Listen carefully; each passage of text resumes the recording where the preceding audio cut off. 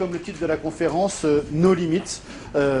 On a, avec la digitalisation, c'est le thème de cette conférence, c'est de vous montrer comment cette digitalisation et comment cette numérisation n'ont pas de limite et vont infiltrer un peu comme si vous versez 1 litre d'eau sur la table. Alors c'est plus marrant qu'il y a un ordinateur, mais si vous versez 1 litre d'eau sur la table, bah, l'eau elle va se répandre partout où elle peut aller. Elle va y aller. Pas en 1 seconde, en 3 secondes, en 4 secondes. Il n'y a pas d'abri anti-numérique. On peut pas dire non mais moi le numérique ça m'intéresse pas ou le digital ça m'intéresse pas, je me mets dans une bulle. Je vais vous demander plein d'agilité aujourd'hui. Alors l'agilité est un terme tout à fait à la mode. Plein d'agilité aujourd'hui. Donc voilà ce thème de la conférence qui s'appelle No Limits. Je me présente quand même, je suis Hubert Kratirov, je suis un technologie évangéliste. Alors c'est un peu compliqué comme terme, technologie évangéliste. Ça veut tout simplement dire que j'essaye, alors vous me direz au bout de 2 heures si j'ai réussi, j'essaye de simplifier au maximum les technologies, que je connais bien pour différentes raisons, pour que tout le monde les comprenne. Alors les comprendre, c'est pas trop complexe, mais surtout que tout le monde en profite et les utilise à votre profit, encore une fois, personnel ou professionnel. Donc c'est ça ce que j'essaye de faire constamment. Pour bien comprendre ces aspects de digitalisation et où est-ce que ça va nous mener, il faut faire un petit retour historique. Et je voudrais le faire très rapidement avec vous, un petit retour historique avec 2 visions. Une que j'aime bien, une que j'aime moins. À vous de voir celle que vous aimez le mieux. Je ne vous dirai pas celle que j'aime bien, celle que j'aime pas. À vous de voir celle que vous préférez, celle que vous interprétez. Il y en a une qui est optimiste et l'autre qui est plutôt pessimiste. Donc on est aujourd'hui dans la 3e révolution industrielle. Certains disent que l'intelligence artificielle représentera la 4e. Non, elle est bien incluse dans la 3e révolution industrielle. Donc on a eu 19e la vapeur, 20e l'électricité, et puis 21e, pour faire simple, c'est pas tout à fait 21e, mais les fameuses NBIC, les nanotechnologies, les biotechnologies, l'informatique, l'IoT, etc. et toutes les sciences cognitivistes, tout ce qui est méthode d'apprentissage, entre autres, l'intelligence artificielle est contenue dans ces NBIC. Donc voilà, 3e révolution industrielle, on est en plein NBIC, donc très bien. Qu'est-ce que ça veut dire? Est-ce qu'à chaque fois qu'il y a le passage d'une ère à une autre, est-ce que ça anéantit tout ce qu'on a fait précédemment? Alors, il y a un philosophe qui a été ministre de l'Éducation, Luc Ferry, qui dit ben oui, effectivement, la vapeur au XIXe siècle a remplacé la force humaine et la force des animaux.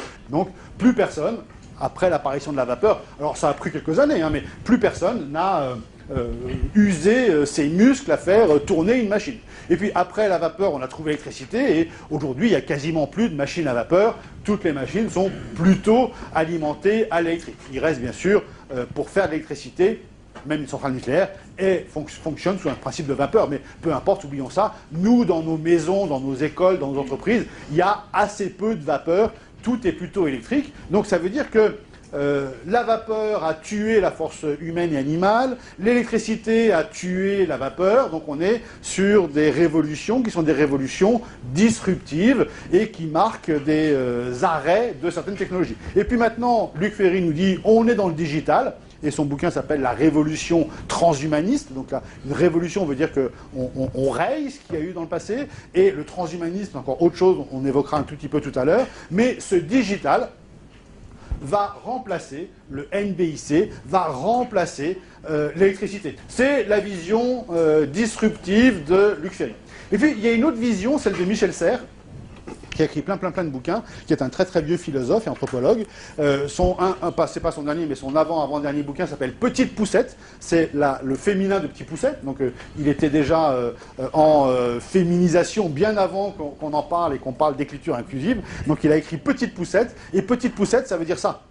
C'est la personne qui travaille avec ses pouces. Mais Michel Serres dit, lui, en moins 3000, Mésopotamie, là où il y a d'horribles guerres aujourd'hui, on invente l'écriture, le code Hammurabi, un obélisque écrit avec toutes les lois. Donc, on invente l'écriture. Mais ce n'est pas parce qu'on a inventé l'écriture que les gens se sont arrêtés de parler en moins 3000. Ils ont continué à parler et à écrire. Donc ce sont des révolutions ou des évolutions qui sont conjointes, qui sont incrémentielles. Et puis, 1455, Gutenberg invente l'imprimerie. C'est pas parce que Gutenberg a inventé l'imprimerie qu'on a arrêté d'écrire. Alors on n'écrit plus sur des pierres, ni sur des parchemins, on écrit sur du papier, mais on n'a pas arrêté d'écrire. Et puis, le numérique arrive. C'est pas parce que le numérique est là, il est bien là aujourd'hui. On ne peut pas dire c'est le début, ça va changer. Non, on est bien dans le numérique, on est bien dans le digital. eh ben, on continue à parler, on continue à écrire à la main, et on continue à lire des livres imprimés. Vous l'avez forcément rencontré, ce pauvre Philippe Kotler, à un moment ou à un autre, et il dit la chose très simple, le marketing, c'est satisfaire les besoins des gens en gagnant de l'argent. Donc je satisfais quelqu'un, il a un besoin, je le satisfais, et ça me fait gagner de l'argent. C'est aussi simple que ça, le marketing. Et donc, face à cette définition en 3 mots, je me dis, moi, je ne peux pas faire mieux. Ce que je vais faire, c'est que je vais faire un rébus. Et c'est la même chose.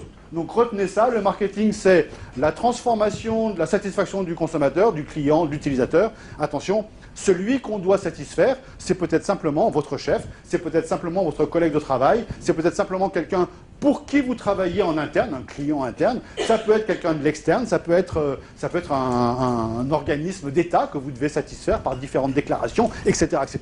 Mais vous devez satisfaire quelqu'un et transformer cette satisfaction en profit pour l'entreprise. Il faut que ce soit rentable. Mais je voulais juste vous dire que, voilà, le marketing ne change pas, parce que c'est toujours satisfaire et gagner de l'argent, mais la manière dont on l'utilise au quotidien, elle change. C'est plus les 4P, c'est ça.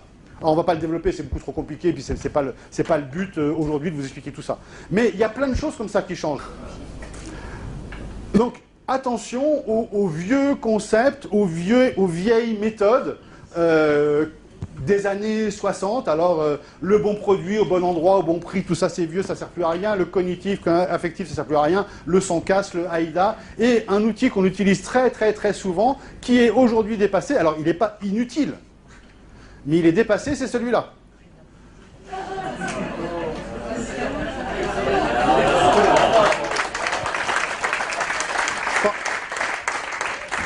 Je ne pensais pas avoir des applaudissements sur ce sujet-là.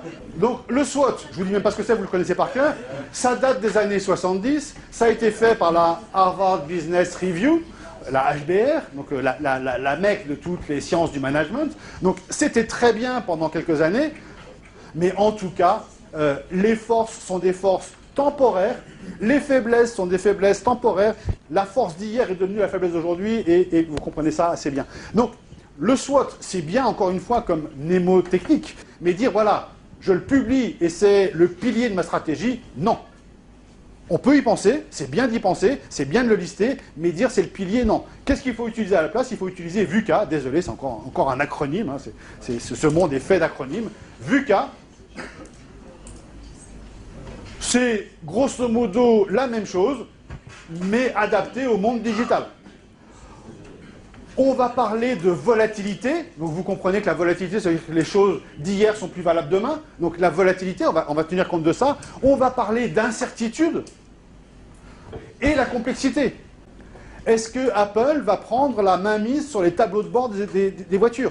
Est-ce que Renault ne fournira plus qu'une carcasse et Apple fournira toutes les choses sympathiques? Le lien sur la Harvard Business Review qui a mis au point en 2014 ce système VUCA. Vous l'avez ici parce que c'est plus rassurant de le mettre sous forme de matrice 4 cases. On aime bien les matrices 4 cases. Comme ça vous permet de remplacer juste SWOT par VUCA. Il suffit juste de changer les initiales.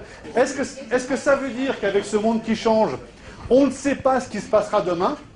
Et donc on se dit, oh, écoutez, puisqu'on ne sait pas du tout de quoi demain sera fait, le plus simple pour ne pas se planter, c'est de rien faire. Parce que si moi je m'intéresse à ça, bing, c'est pas ça qui passe, c'est autre chose. Dans cette incertitude, je me retranche. Mais non, parce qu'on a quand même des outils pour travailler là-dessus. Cet outil-là, encore une fois, vous avez un lien, ça s'appelle le Gartner. Gartner, c'est une grosse boîte d'études dans le milieu digital. Il y en a deux, il y a Gartner et Forrester. Et cette courbe-là s'appelle le Hype Cycle, ou HIPE, le cycle HIP, qui vous dit quelles sont les technologies dont on fait en ce moment le buzz.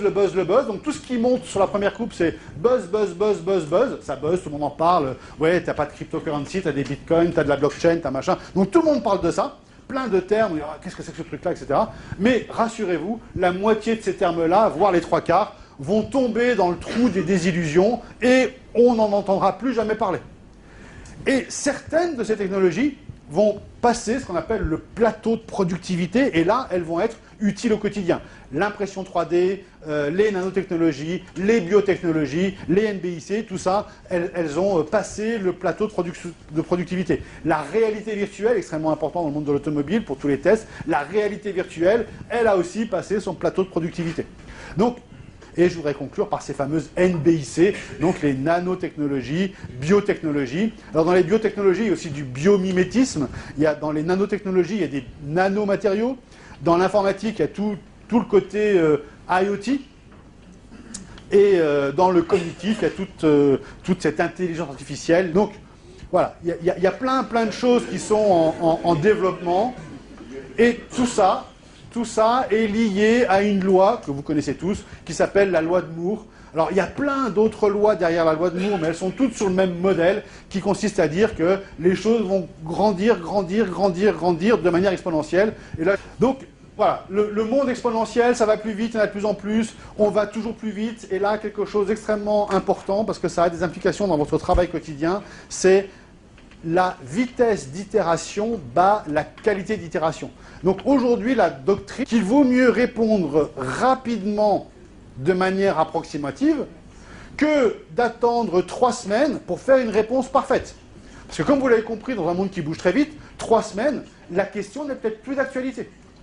Donc il faut apprendre à répondre vite en admettant. Et il faut que votre hiérarchie l'admette aussi, parce que sinon, c'est un truc à se casser la figure. Il faut répondre rapidement en admettant, mais collectivement, votre hiérarchie, l'entreprise, que les réponses rapides sont sujets à un taux d'erreur supérieur à une réponse longue. Mais parfois, la réponse longue ne sert plus à rien. Alors, est-ce qu'il vaut mieux répondre au bout de 3 semaines et que ça ne serve à rien, ou est-ce qu'il vaut mieux répondre de manière, alors pas complètement fausse, hein, mais de manière approximative, en direct? Dans l'agilité, qu'est-ce qu'on nous dit aussi?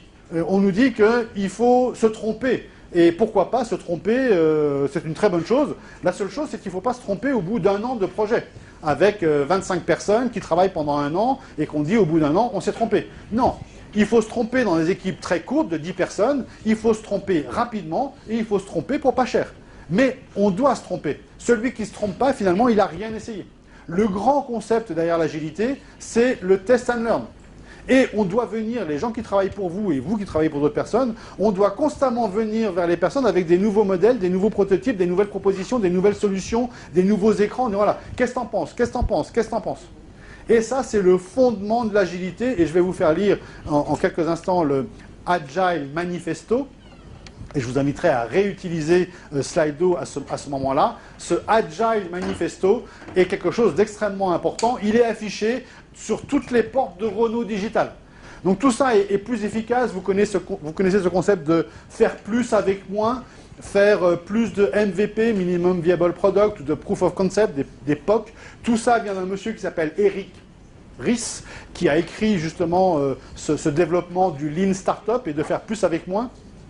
Et un des principes du Lean Startup, un des principes des startups, c'est la pizza team. Et ça veut dire qu'aucune équipe ne doit être composée de plus de 10 personnes. Une pizza team, c'est une équipe qu'on nourrit avec 2 pizzas par jour. Donc, les pizzas américaines sont grosses. Hein. Donc voilà, pas d'équipe, ou alors il faut des personnes anorexiques. Pas d'équipe de plus de 9-10 personnes, parce qu'on ne pourrait pas les nourrir avec 2 pizzas. Toutes ces nouveautés, et l'agilité en fait partie, nous entraînent vers de nouvelles économies. Ces nouvelles économies, elles nous font passer d'un océan rouge avec plein de requins qui se battent à un océan bleu qui est tout calme. Et ceux qui ont fait l'océan bleu, ben, ce sont ces gens-là. Alors, vous les connaissez déjà, je vais pas vous ennuyer avec tout ça, mais simplement les GAFA, auxquels moi j'ajoute toujours Microsoft et Salesforce, donc GAFA, Google, Amazon, Facebook et Apple bien sûr. Les NATU, c'est les successeurs, c'est ceux qui vont ubériser les GAFA. C'est bien sûr Netflix, Airbnb, Tesla et Uber. Ces gens-là vont ubériser les GAFA. Et les BATX, c'est nos amis chinois. Alors encore une fois, par rapport au monde digital, au fait que ça soit de partout et au fait qu'on ne puisse pas l'arrêter, c'est les BATX. Alors BATX, c'est Baidu, Alibaba, Tencent et Xiaomi. Tencent, c'est l'éditeur d'un logiciel de l'application la plus rentable au monde, qui s'appelle WeChat. Dans WeChat, vous pouvez tout faire. J'y reviendrai tout à l'heure, on va passer rapidement. Mais juste l'exemple de la Chine qui a mis une muraille numérique pour indépendantiser la Chine de la vague digitale. Ils ont effectivement réussi. Et on s'est dit, ces pauvres Chinois, ils n'auront pas droit au digital. Non, ils ont fait, donc la muraille existe, on n'a pas Facebook en Chine, hein, on n'a pas Google en Chine, mais ils ont fait leur propre GAFA chez eux. Et ils ont lancé Baidu, Baidu c'est le Google chinois, et ils ont lancé Alibaba, Alibaba c'est le Amazon chinois, qui fait bien plus qu'Amazon, hein, vous l'avez compris, 25 milliards en une journée, qui fait bien plus qu'Amazon, Tencent qui fait bien mieux que WeChat et que Messenger. Donc cette vague digitale, ils l'ont arrêtée effectivement, mais elle s'est recréée naturellement chez eux. Et aujourd'hui, si vous voulez prendre des leçons de digital, si vous voulez prendre des leçons de réseaux sociaux, il ne faut pas aller dans la Silicon Valley, il faut aller en Chine. La plus grosse application de réseaux sociaux, c'est WeChat. Dans ce monde no limit, il y a plus de partage. Je vous l'ai dit avec le copyleft, le partage est quelque chose d'extrêmement important. Ces attentes, on passe à la deuxième partie, ces attentes, elles sont totalement nouvelles. Encore une fois, pour voir comment elles sont nouvelles aujourd'hui, il faut faire un tout petit passage en arrière, un tout petit peu d'historique, mais très très très rapide. J'aime bien cette phrase, pourquoi se contenter du minimum alors qu'on peut exiger le maximum? Alors un tout petit peu d'historique pour comprendre ça. Dans les années 90, quand on nous parlait d'un sujet ou de n'importe quoi, on se disait il faut que ce soit sur Internet. Donc on allait voir sur Internet s'il y avait cette chose-là dans Google. Et en gros, si tu n'es pas dans Google, tu n'existes pas. Donc il faut être dans Google, il faut avoir un site, et il faut qu'on soit référencé quelque part pour qu'on voit que ça existe. Aujourd'hui, c'est plus suffisant. Le fait d'avoir un site, c'est bien, mais il faut aussi maintenant avoir un site qui soit joli sur mobile. Et encore mieux, il faut avoir une application. Ou encore mieux, il faut avoir un chatbot. Donc il faut être dans un mobile, dans un téléphone portable. Et ça, c'était les années 2000, 2010. Et depuis 2010, ça ne suffit plus d'avoir un mobile. Qu'est-ce qu'il faut en plus? Il faut ces fameux living services que je vais vous développer dans quelques instants. Mais aujourd'hui, on est vraiment sur une stratégie qui n'est plus mobile first, qui est vraiment mobile only. Demain, les gens commanderont des voitures 100% sur mobile. Et je vais vous montrer tout à l'heure, quand on parlera du parcours client, le nouveau parcours client, les gens ne vont plus en concession. Sur un mobile, est-ce que vous savez quelle est l'application la moins utilisée? Et alors là, je vais vous faire un parallèle. Le téléphone. On utilise quoi à la place? On utilise tous les autres moyens pour téléphoner, pour échanger, qui sont via Wi-Fi. Et demain, les opérateurs vont vendre des forfaits sans voix, donc sans téléphone. Mais on pourra téléphoner par WhatsApp, par Skype, par Messenger et par plein d'autres moyens. Vous voyez cette photo-là? Ben, on peut mettre la même chose avec un logo TF1 France Télévisions. TF1 France Télévisions, on regarde de moins en moins. Qu'est-ce qu'on regarde à la place? On regarde tous les replays, on regarde et du Netflix, et du YouTube, et tout ce que vous voulez. Ben, ça va être la même chose. Comment faire pour que Renault ou les voitures ne soient pas ici? Comment faire pour que les voitures soient bien, ou la marque Renault, ou les services Renault, parce que peut-être que demain vous ne vendrez plus de voitures, vous vendrez que des services. Ou comment faire pour que les services Renault soient bien dans ce qu'on utilise le plus et pas dans ce qu'on utilise le moins. Donc cette fameuse évolution post-mobile, maintenant qu'on est sur le mobile only, qu'est-ce qu'il y a derrière? Alors derrière, quelque chose d'extrêmement important, c'est deux choses. La digitalisation de tout, une liquid expectation. Ça va déboucher sur une loi qui est la loi d'Audiard, une loi que j'ai inventée, qui est absolument fantastique. Cette liquid expectation, ça consiste, si je vous donne la définition technique, ça ne va pas beaucoup vous parler, c'est un benchmark intersectoriel. C'est-à-dire que, ici, si on prend nos téléphones, on est capable de se faire livrer des pizzas à l'accueil de GEM en une demi-heure. On se fait tous livrer une pizza ou des sushis ou n'importe quoi à l'accueil de GEM. On tâtonne un petit peu, ou du Starbucks est en face, on tâtonne un petit peu, on trouve le livreur, on appuie dessus, on commande et on a une pizza qui arrive ou des sushis qui arrivent. Tout le monde sait faire ça, ou quand on est chez soi, on fait marcher les restaurations livraison à domicile. On peut tous avoir ce qu'on veut à domicile facilement en une demi-heure avec son smartphone. Ok, d'accord. Pourquoi je ne pourrais pas avoir ma carte bancaire à livrer à domicile? Donc j'appelle ma banque, je dis voilà, ma nouvelle carte bancaire est disponible, vous m'avez envoyé un SMS, merci. Je voudrais que vous me la livriez, et là, aujourd'hui, je suis à Grenoble. Ou si vous appelez votre opérateur téléphonique à Roissy, au T1 de Roissy, vous vous apprêtez à partir pour un voyage business de 10 jours, on vous vole votre téléphone. Vous en rachetez un nouveau téléphone, c'est facile, hein, 100 €, vous trouvez un petit Android facile pour faire l'intermédiaire. Et vous appelez Orange, ou SFR, ou Bouygues, ou n'importe qui, ou Free, et vous dites, voilà, je suis au T1 de Roissy, est-ce que vous pourriez me livrer une carte SIM? Je pars dans une demi-heure. Donc une liquid expectation, ça consiste pour le consommateur à dire, puisque quelqu'un peut faire quelque chose, pourquoi est-ce que Renault ne le ferait pas aussi? Puisque je peux me faire livrer une pizza en 30 minutes, pourquoi est-ce que Free ne me livrerait pas ma carte SIM en 30 minutes? Vous avez tous pris des Uber. Donc vous sortez de votre VTC, vous claquez la porte pas trop fort, et c'est fini. La question que je vous pose, liquid expectation, pourquoi on ne ferait pas pareil au restaurant? Je réserve un restaurant, nous serons 3, on finit de dîner ou de déjeuner, on a pris les cafés, et un quart d'heure après, la serveuse ou le serveur, voyant qu'on a terminé, ben, il appuie sur le bouton fin de transaction, le paiement se fait, et je reçois un quart d'heure après, une demi-heure après, le total de mon addition, comme on le fait dans les VTC. Pourquoi ce ne serait pas possible? C'est ça une liquid expectation, c'est de dire, ça c'est possible dans un VTC, et pourquoi pas au restaurant? Et on arrive à cette fameuse loi de Michel Audiard, que j'adore, et qui dit « Un client, ça ose tout ». Et un client, ça ose tout simplement parce que quand il voit quelque chose qui lui plaît quelque part, nonobstant le changement de secteur, le changement de personne, il vous dit ben, « moi, je veux la même chose ». Et il vous le dit, pas pour vous énerver, pas pour vous être désagréable, il vous le dit parce qu'il en a envie. Il a vu que c'était possible ailleurs, et il vous dit ben, « pourquoi pas chez moi ». Donc, ça, c'est extrêmement important de comprendre que le client va oser un petit peu tout et n'importe quoi et que le client a des, maintenant, super pouvoirs. Et si on regarde, face à ces super pouvoirs du client, comment est-ce qu'on doit, en tant qu'entreprise, y répondre? Ça a un nom, ça s'appelle le inbound marketing. Alors, désolé encore une fois de ce vocabulaire américain. Le inbound marketing, ça consiste à dire le consommateur a du pouvoir, le consommateur est puissant, donc le marketing d'hier risque de ne pas marcher demain. Voilà la big picture du inbound marketing. On ne va pas le regarder en détail. Retenez simplement le 1, 2, 3. Le 1, c'est le fameux Customer Empowerment.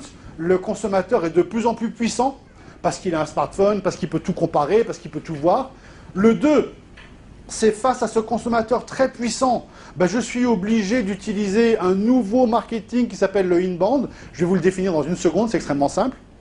Et quelle est la finalité de tout ça? La finalité de tout ça, c'est de faire baisser le taux de churn. Le taux de churn, c'est le taux d'attrition. Le taux d'attrition, c'est le nombre de personnes qui nous abandonnent. C'est le taux d'abandonnistes. Donc pour éviter que les gens ne nous abandonnent, ou fassent, pour encore utiliser un terme anglais, du brand switching, aillent voir ailleurs, pour éviter d'être abandonné, pour éviter d'avoir un taux de churn, ben, il faut que je m'adapte à ce nouveau marketing. Alors, je vais vous donner une définition très rapide du inbound marketing avant d'évoquer le dernier point de la conférence. Le inbound marketing, ça consiste, alors ça les gens aiment bien, ça consiste à ne rien faire. On va attendre que lui nous cherche.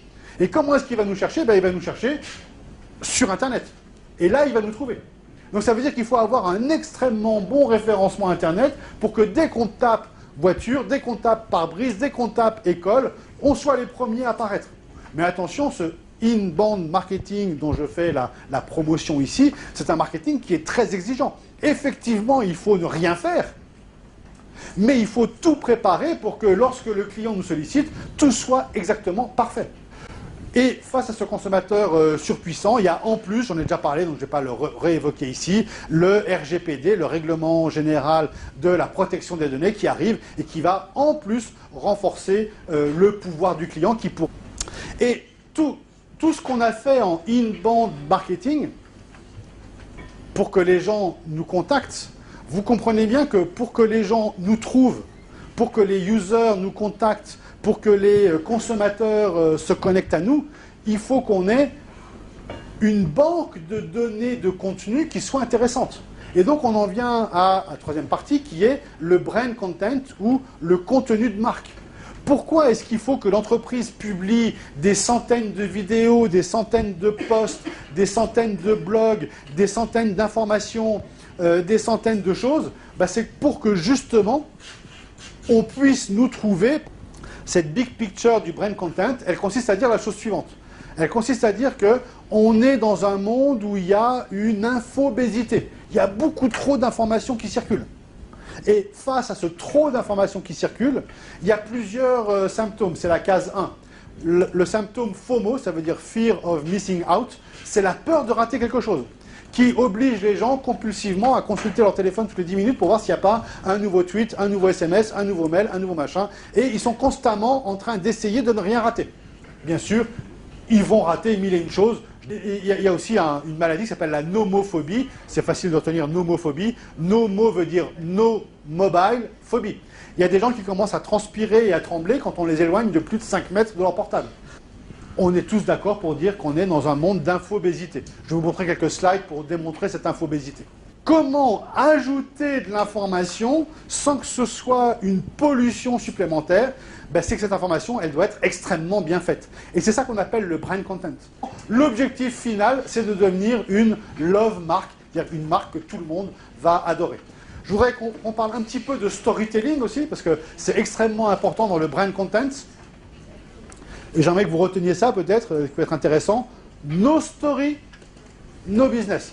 Si vous ne racontez pas une histoire, vous ne ferez pas de business. Donc l'art du business, l'art du brand content, consiste à storytelliser les choses. Encore une fois, storytelliser, ça ne veut pas dire faire un roman. Hein, ça veut dire peut-être être bref. Pour moi, le meilleur storytelling qui a jamais existé, c'est Veni Vidi Vici. Voilà, en 3 mots, on a tout dit. Et ça fonctionne.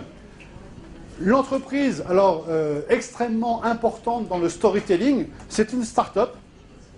Son histoire est fantastique, s'appelle Snapchat. Snapchat a inventé la story. La story, c'est une manière, avec 3 photos, une demi-vidéo et 3 textes, de raconter une histoire. Et aujourd'hui, c'est devenu le format de référence à telle enseigne que tout le monde l'a copié. Instagram l'a copié, Facebook l'a copié, et même, je vais vous montrer dans quelques instants, Renault copie aussi ce storytelling à la Snapchat. La conclusion, c'est poème. Poème, ça veut dire quoi? Ça veut dire tout ce que vous pouvez faire avec votre information. Vous pouvez payer pour diffuser votre information, ce qu'on appelle de la pub. Vous pouvez posséder vos propres réseaux de distribution d'informations, ça s'appelle ce qu'on appelle le own, ou vous pouvez gagner à travers les réseaux sociaux de nouveaux moyens de distribution de votre information. Donc votre information, soit vous payez pour la diffuser, ce qui n'est pas une bonne chose, mais il faut commencer par là, soit vous êtes malin et vous la diffusez sur vos propres réseaux, c'est-à-dire propre site internet, propre mini-site, propres réseaux sociaux, votre Twitter, votre Facebook, etc., etc. Et soit vous êtes encore plus malin et vous faites en sorte que votre information fasse un buzz et que ce buzz soit ce qu'on appelle le earned, c'est-à-dire que vous allez gagner des gens qui n'étaient pas sur la pub, qui n'étaient pas sur votre site, mais qui vont être gagnés par simplement le partage qu'auront fait les autres. Et tout ça va nous donner une empreinte digitale. Cette empreinte digitale, c'est un petit peu la manière que l'entreprise a de communiquer avec son écosystème. Est-ce que vous savez ce que c'est que ça? C'est pas la sonnette de mon appartement, c'est un dash button. C'est la commande automatique de chez Amazon. Donc quand vous appuyez là-dessus, vous collez ça sur votre lave-vaisselle, c'est un produit de lave-vaisselle, finish. Quand vous appuyez là-dessus, sans que vous n'ayez rien à faire, pas de mail, pas de confirmation, pas de carte bancaire, pas de CCV, pas de code PIN, rien du tout, vous appuyez là-dessus, le lendemain vous avez le produit que vous avez référencé qui arrive chez vous directement. Et ça marche pour des tonnes et des tonnes de produits. Et c'est ça ce qu'on appelle une user experience sans frottement, sans couture, sans contrainte. On appuie sur un bouton et c'est fini. Comme quoi, vous voyez, le monde, il peut être phygital, ça c'est physique, et c'est connecté au digital, et ça va générer la commande. Rassurez-vous, il y a plein de précautions qui sont prises pour que n'importe qui n'appuie pas, et pour éviter qu'on appuie 10 fois dessus, mais peu importe. Donc ça veut dire que la meilleure user experience consiste à, comme on l'a vu dans l'agilité, à simplifier complètement le process, à faire en sorte d'être quasiment invisible et à appuyer là-dessus. L'étape ultime consiste à digitaliser ça et à faire en sorte que ce soit le lave-vaisselle, ce qu'on appelle le Thing to Commerce, que ce soit le lave-vaisselle, comme une voiture par exemple, qui commande directement la pièce de remplacement ou qui commande directement les tablettes, parce qu'il voit que son réservoir à tablettes, il ne reste plus que 5 tablettes à l'intérieur, donc il peut faire aussi stockage de tablettes, le lave-vaisselle, et donc il voit qu'il ne reste plus que 5 tablettes à l'intérieur, il commande directement les tablettes, donc on n'a même plus cet outil-là à appuyer, et c'est ça l'expérience qu'on cherche à donner à nos clients. La meilleure expérience, et c'est là où est le paradoxe, la meilleure expérience qu'on va avoir avec le client, c'est carrément de disparaître. On n'est plus là. Mais bien sûr, tout se passe parfaitement. Donc voilà, c'est la fin de cette conférence. Merci beaucoup pour votre attention. On va ouvrir des questions-réponses. Donc pendant les questions-réponses, je vais vous développer une application rapidement pour que vous ayez une vision de ce que c'est que Xcode et ce que c'est que le codage informatique. Merci pour votre participation à tous. Et à très bientôt. On va prendre les questions-réponses.